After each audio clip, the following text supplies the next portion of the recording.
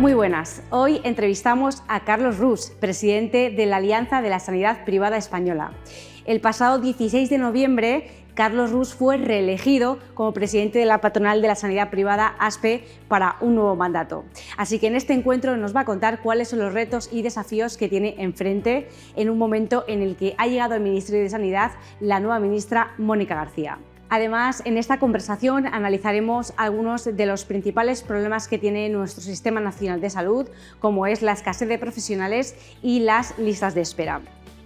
También analizaremos algunos asuntos interesantes, como es la participación de la sanidad privada en el sistema de formación MIR.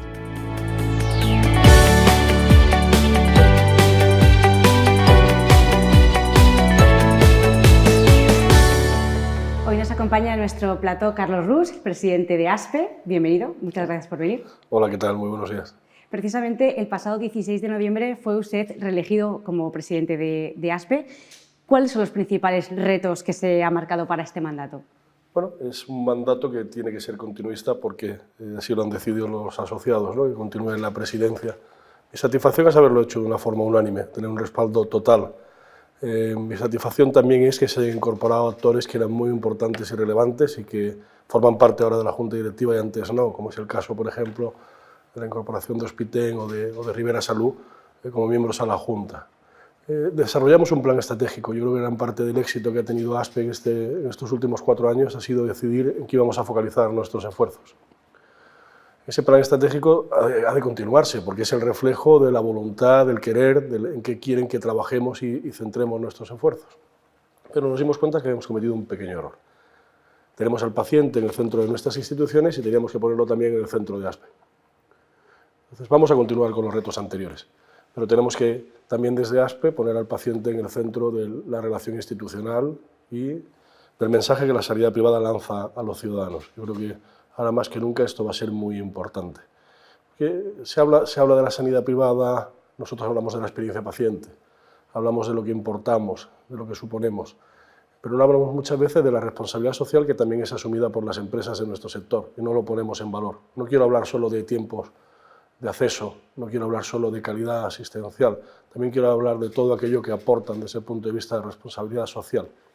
Como nuevo reto, no, pero sí como nuevo foco donde queremos centrar mucho esfuerzo. Tenemos que mantener el alto nivel que se ha conseguido de diálogo con las instituciones. Lo hemos mantenido en COE, con el Comité Ejecutivo, la presidencia de la Comisión de Sanidad. Tengo claro que corresponden al sector que genera más empleo y mayor facturación de todos los presentes en esa comisión, y es lógico que se tenga, pero no por ello deja de ser una responsabilidad. Es cierto que hemos conseguido una interlocución a nivel de las portavocías parlamentarias a los consejeros autonómicos muy alta. Hemos llegado a tener también una interlocución a nivel del Ministerio muy alto, y queremos mantener este nivel. ¿Pero por qué? Porque al final, si somos el 3,2% del PIB, si hacemos el 42% de las intervenciones quirúrgicas o el 31% de las urgencias o de las estancias, la sanidad privada tiene derecho por sí mismo a estar presente allí donde se toman decisiones y a opinar. Y nosotros tenemos que conseguir que eso sea una realidad. Y después tenemos una línea muy importante, la escasez de profesionales, la necesidad de dotar al sistema de mayor flexibilidad, una interlocución mucho más formal con el sector asegurador. Somos dos sectores con un desarrollo y una profesionalidad muy importante y, sin embargo, seguimos teniendo 16 talonarios distintos en las consultas. Y, sin embargo, nuestras relaciones muchas veces no se encuentran formalizadas en un contrato. Tenemos una carga administrativa que se podría simplificar y no somos capaces de sentarnos a ponernos de acuerdo. Entonces, podemos ser innovadores, podemos ser capaces, pero lo que tenemos que ser también es tenemos que sobrellevar el problema de la competencia, de poder sentarnos entre sectores, superar ese miedo y llegar a un diálogo que nos haga superar y madurar como sector. Por lo menos como sectores que están condenados a entenderse, y esa es nuestra voluntad. Hablaba de la interlocución con el Ministerio de Sanidad. Su reelección llega al mismo tiempo que el nombramiento de una nueva ministra de Sanidad, Mónica García, que en este caso es la primera ministra que no nace del bipartidismo, sino de una nueva fuerza de izquierdas. ¿Cómo espera que sea su relación con el Ministerio ahora? Bueno, primero es que esperamos que la haya. Quiere decir, entiendo que Podemos y Sumar no es lo mismo, sin embargo sí creo que representan un mismo espectro político, sin ninguna duda. Con Podemos hasta el día de hoy no hemos conseguido mantener una interlocución mínimamente normal, es decir, no hemos conseguido mantener una reunión como partido y patronal. Hemos estado presentes de forma conjunta en eventos, pero nunca hemos mantenido una interlocución. Esto no lo queremos en ningún caso. Creo que podemos estar en situaciones o en momentos donde a lo mejor desde un punto de vista de planteamientos diferamos, ¿no? Pero seguro que hay puntos de encuentro y tenemos algo que aportar. Lo que sí está claro es que tenemos un sistema nacional que tiene un componente público, un componente privado, que el privado es ese aliado estratégico, es ese recurso que dota de flexibilidad a un sistema, que una de sus principales carencias es esta, la falta de flexibilidad. Entonces no puede amputarse el ámbito público la posibilidad de ser flexible y de contar con el ámbito privado, sobre todo en un entorno de envejecimiento, de incremento del gasto, de la cronicidad, donde somos en gestión, sin duda, un modelo de referencia y necesarios. Sin el concurso de la privada no existirá un sistema nacional ni sostenible ni solvente. ¿Cuál va a ser la primera medida concreta que le va a pedir ASPE a la nueva ministra? La primera, sentarnos y dialogar. Yo creo que no podemos ir con una lista de temas a tratar. Tenemos que sentarnos y ver dónde están los puntos de encuentro y desde ahí construir. Para usted, ¿cuál es la reforma más urgente que necesita nuestro Sistema Nacional de Salud? A la parálisis por el análisis. Esta frase lo digo porque no hay más análisis que hacer. Se tiene perfectamente claro y definido cuáles son los problemas que acucian en nuestro modelo.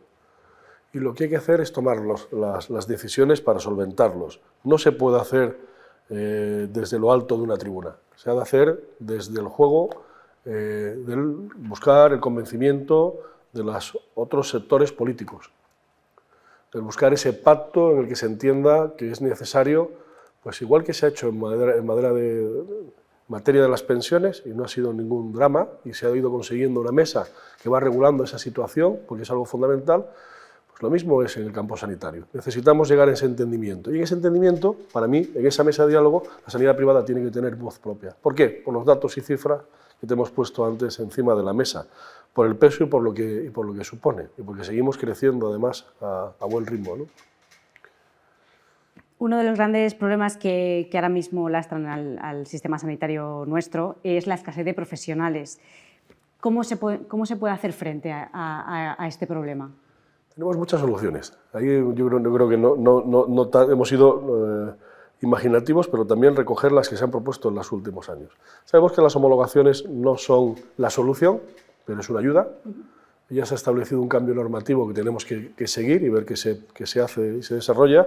Se establece un periodo máximo de 6 meses, se permite la presentación de forma digital, ya no hace falta que personas que provienen de las mismas facultades tengan que pasar procesos independientes, sino que ya se valida ese curso, esa promoción, por lo tanto si perteneces pues tienes esa posibilidad, ahí hay que poner parte del foco. Pero después entramos en un tema que es un poquito más difícil, que es el de las competencias profesionales. Llevamos en España 21 años con las mismas competencias, no se han modificado y están reguladas por ley. Y es cierto que cabe la delegación, pero necesitamos reformular el sistema. Tardamos 10 años, perdonadme la expresión, en fabricar un médico y nos faltan médicos. Hay especialidades donde tenemos una carencia muy alta de profesionales médicos. En el campo de la enfermería, cada vez más dotada, mejor formada y sin embargo con las mismas competencias. Han pasado de ser una diplomatura a una carrera y sin embargo con las mismas competencias. Y somos uno de los pocos sectores que no estamos dotados de una FP de grado superior. Y necesitamos que esas TCAEs, que son un grado medio, pasen a ser un grado superior donde también tengan una mayor competencia. Al final, ¿qué es lo que vemos? Que el recurso escaso y más complicado es el médico, necesitamos quitar al médico tareas que podamos descargar en la enfermería. Y dotar de mayor competencia a la enfermería, necesitamos que la enfermería tenga un ayudante todavía también con mayores competencias. Y en esta formación por competencias es nuestra apuesta. Hay soluciones que son más a corto plazo, que podría ser la compatibilidad. No tiene sentido que en un país como España no se deje que sea el trabajador el que elija si quiere o no compatibilizar, siempre marcando unas normas. Oiga, no puede tratar usted a un paciente que ha visto en lo público. No se puede derivar usted a un paciente que ha visto en lo público, es lógico. Pero más allá de actuar con honradez, se ha de permitir que sea el trabajador el que decida. No podemos decir, no, usted trabaja por las mañanas y por la tarde quédese en casa. ¿Por qué? No es un abogado que se lleva una información de carácter confidencial que le va a dar preponderancia en un negocio. No es esa la situación en la que estamos viviendo en la sanidad. Y sin embargo, nos tenemos que pelear por el profesional entre ámbito público y privado. Si hablamos de ciudades o de comunidades autónomas como Madrid, pues el problema es reducido. Pero si vamos allí a aquella España más vaciada, la dificultad por encontrar profesionales nos ha llevado, por ejemplo, a aquellas comunidades autónomas donde tenemos pactados los horarios en los que 2 profesionales van para dar cobertura al ámbito público y al ámbito privado. Esto ya está ocurriendo. ¿Qué tiene de negativo? Otro de los problemas grandes que tiene el sistema sanitario son las elevadas listas de espera. ¿Cómo puede ayudar la sanidad privada a aliviarlas? Bueno, yo creo que forma parte de nuestra naturaleza y de nuestra razón de ser. Acudir allí donde se nos necesita en el ámbito público. Somos un servicio que tiene esa consideración de esencial y así nos entendemos. Durante el COVID lo hemos demostrado ampliamente. La gente entendía que habían venido y nos habían quitado el mando de los hospitales. Esto no fue así. Lo que hicimos fue actuar todos a una. Del COVID tenemos ahora otra crisis sanitaria, la de las listas de espera. Las últimas cifras son tremendamente alarmantes. Superamos los 4,5 millones, es algo verdaderamente sorprendente. Pero más sorprendente es que se tengan los recursos privados y que no se estén usando en la inmensa mayoría de las comunidades autónomas. Hoy, en España, la inmensa mayoría de las comunidades autónomas no están colaborando con el ámbito privado, o lo están haciendo de una forma ínfima en relación al problema de listas de espera que existe. Y esto es algo que tenemos que superar. Nosotros lo achacamos a que hemos vivido en un periodo muy corto 2 procesos electorales, y la sanidad privada da un poco de miedo en el ámbito político, es piedra arrojadiza, se utiliza de esta forma. Tenemos que superar ahora este problema y necesitamos que se acuda a la sanidad privada para solucionarlo, porque lo que todavía lleva enquistado en el post-COVID 2 años donde ya el COVID no ha sido la primordial o el foco de la atención sanitaria, todavía en 2 años no está solucionado un problema que de forma conjunta podíamos solucionar en 6-9 meses.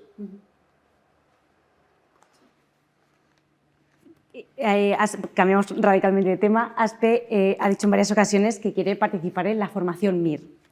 ¿Cómo logra la sanidad privada fomentar la tutorización MIR, que suele ser un problema en la sanidad pública? Bueno, lo primero que estamos haciendo es potenciar que cada vez haya más hospitales universitarios. Es un primer paso, la comunicación y el trato con las universidades, el hecho de que los alumnos puedan hacer prácticas. Es un paso más sencillo, sin embargo nos adentramos ya en ese mundo de la universidad. Después necesitamos que los hospitales avancen con un proyecto ya más serio, que es el de la acreditación de unidades docentes. Y esto nos permite tener residentes MIR. Esos MIR que eligen su plaza, al igual que los demás, aunque hoy por hoy la parte privada tiene esa posibilidad de seleccionar, bien, ya que es luego el que paga el sueldo o salario de ese profesional, pues todavía son muy pocas las plazas que tenemos en el ámbito privado. Entonces llevamos años impulsándolo y ¿qué hemos visto? Oye, pues que se va dando un crecimiento cada vez mayor de hospitales universitarios. Estamos sembrando poco a poco porque tenemos que pasar de estos 100 o 150 que tenemos en el ámbito privado, pues lo lógico es que estuviéramos más en el entorno de los 1.000 o de los 1.500. Entonces, esa tiene que ser nuestra apuesta a futuro. Pero ¿cuál es el problema?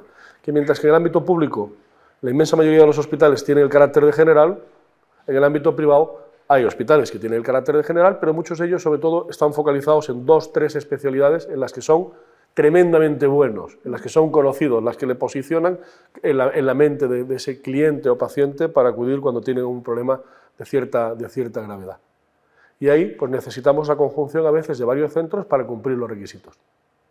Y esto es lógico, que necesitamos, ya internamente lo hemos hecho en ASPE, establecer ese diálogo, ver cuáles son las solicitudes que hemos de plantear a nivel político y esperemos que en breve podamos tener esas conclusiones y se planteen.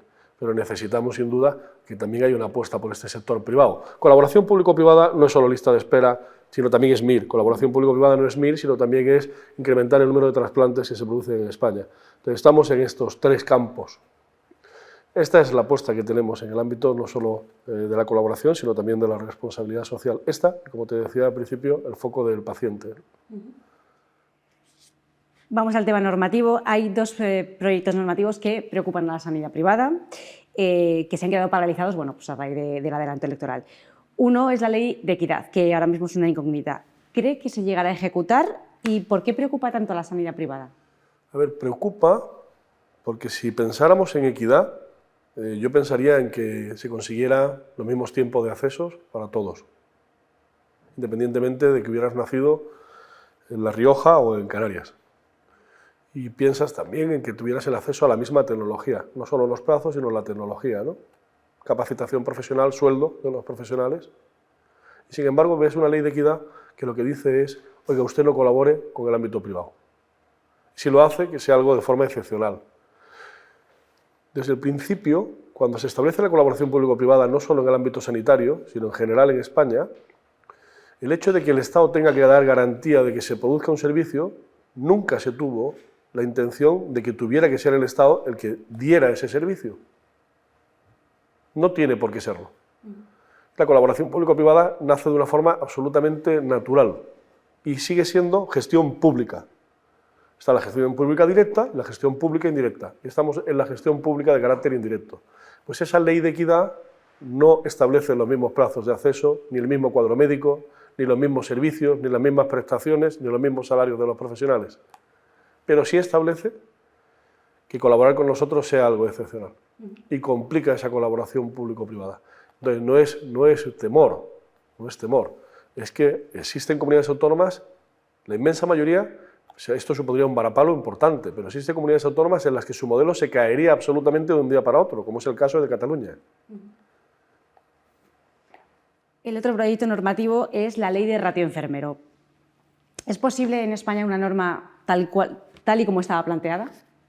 Ley de seguridad del paciente, que nosotros hemos denominado siempre ley de ratio de enfermería o ley de ratio enfermero.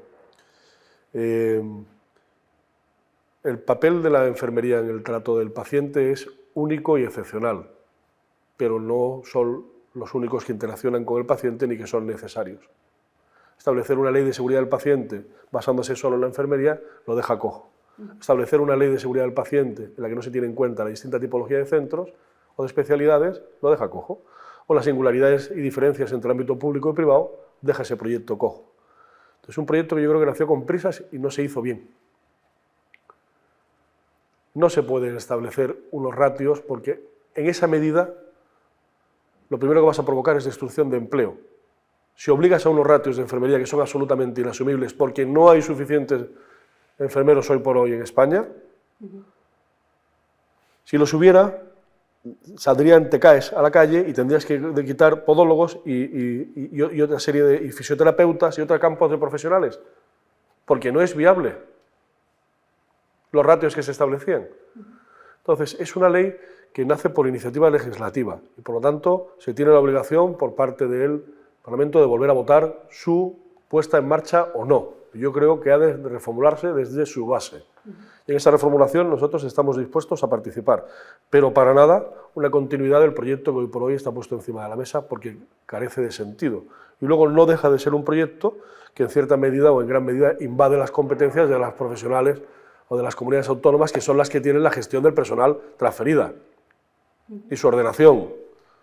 Y ya muchas de ellas, en la colaboración público-privada, establecen ciertos ratios, pero son ratios también muy razonables. Los ratios que se establecen en esa norma dicen que no nos comparemos con el ámbito europeo, pero en el ámbito europeo en muchos países existe una figura similar al TCAE en la que sí se está teniendo en cuenta.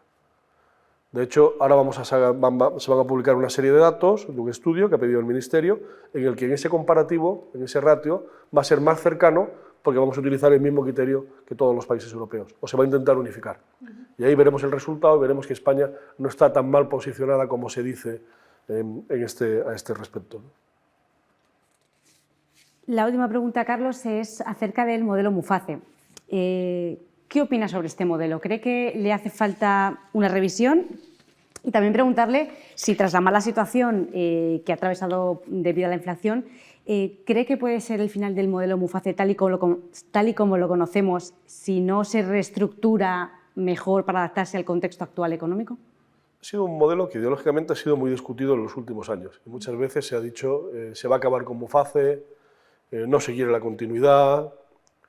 Y yo creo que vuelve a ser un temor. Vuelve a ser un temor que va a ocurrir con Muface. Yo creo que es un modelo de éxito. Cuando dices, oye, nosotros mediante el aseguramiento y el acuerdo de ese sector asegurador con los proveedores sanitarios, con nosotros, conseguimos dar un servicio que si bien a usted le cuesta no menos de 1.200 euros y aquí está en los 800, casi 900, dices, oye, pues es un modelo a extrapolar, ¿no? ¿Por qué no llevarlo a otros ámbitos profesionales o funcionariales de ámbito autonómico? ¿Por qué no hacerlo? ¿Por qué no extrapolarlo si funciona? Y sobre todo cuando hay libertad de elección. Y sobre todo cuando además entre el 75 y el 80% eligen el ámbito privado. Pero es un modelo que al sector asegurador le resulta absolutamente insatisfactorio. En el ámbito que tiene de incidencia de los pacientes, al final los costes son mayores que los ingresos. ¿Por qué continúa el sector asegurador? Dicen, bueno, porque ahí capta muchos asegurados y después al sentarse a negociar con nosotros tiene una mayor capacidad. ¿Bien? O sea, luego el resultado del sector asegurador en su cómputo es positivo, pero en Muface no lo es. No lo es. Entonces está claro que el modelo tiene que ser sostenible por sí mismo, no gracias a nosotros. Porque esa carga que nos cae hace, que muchas veces la gente lo desconoce, que nosotros tengamos distintas tarifas. Si el paciente viene por una póliza de Muface, el mismo paciente, de la misma compañía aseguradora, con la misma compañía aseguradora, la tarifa es distinta si es Muface o es otro. Y esto genera cierto desconcierto.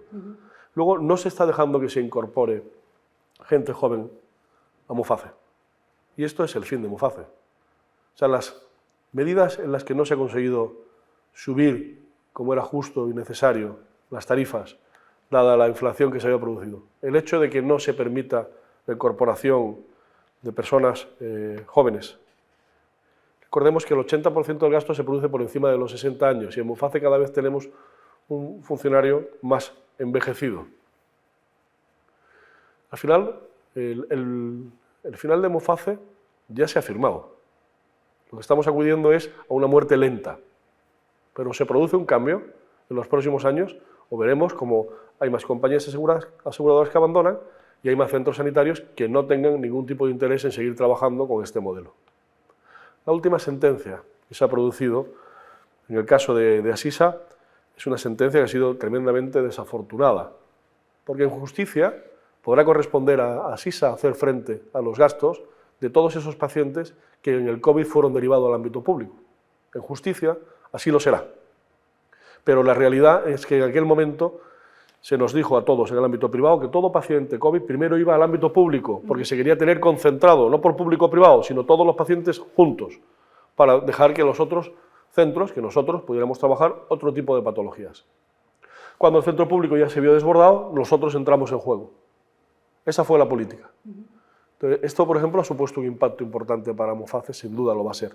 Entonces, estoy expectante, pero para mí Muface ya se han puesto las bases para que acabe desapareciendo. Si no se cambia el rumbo, desaparecerá en pocos años. Muchas gracias, Carlos. No sé si quiere añadir alguna... Daros las gracias por la entrevista, que no sea todo tan serio. Estamos en un periodo, estamos muy contentos en ASPE, pues bueno, con la buena marcha que tenemos de la institución, con el nivel de participación de los asociados, involucración. Mañana tenemos un consejo asesor, que para mí va a ser, tenemos uno de los socios directores del área sanitaria de una de las Big Four, tenemos una de las principales organizaciones de pacientes presentes, hemos incorporado al ámbito político, con las distintas facciones o sectores, vamos madurando en el ámbito privado pidiendo estas opiniones y con este consejo, donde nos sentamos a ver más que queremos que sea la sanidad privada, por lo tanto la española en un futuro. Tenemos estos retos que también son apasionantes desde el punto de vista político y toda la intención de sentarnos con el Ministerio y crear algo juntos. Pues a por estos retos y mucho ánimo que vienen retos, eso, pues como hablábamos, ¿no? Y que todos tenemos que remar en el mismo sentido. Vale, muchísimas gracias. Muchas gracias, Carlos. Gracias a vosotros.